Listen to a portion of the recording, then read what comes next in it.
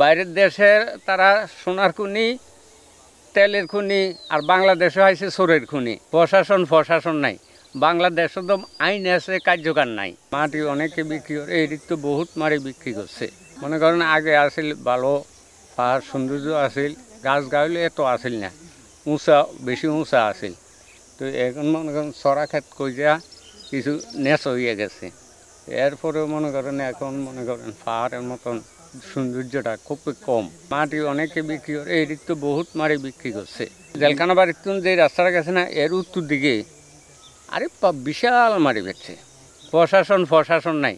বাংলাদেশে তো আইন আছে, কার্যকর নাই।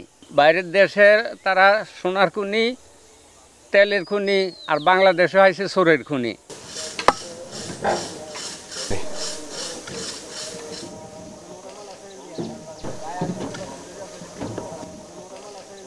আমরা কুমিল্লার মধ্যে এই লালমাই পাহাড় হচ্ছে একমাত্র একটা ঐতিহ্যবাহী পাহাড়ি স্থান।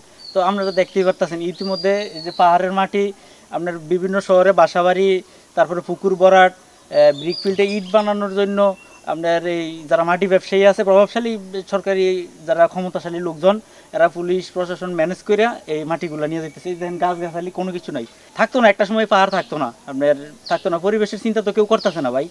আর তারা থামানোর তো কোনো পর্যায়ে নেই। প্রশাসন উদ্যোগ নিতে আছে, একবার আইলে মনে করেন যে এরা 1 ঘন্টা 2 ঘন্টা অপরাহে আবার শুরু করে দেয়।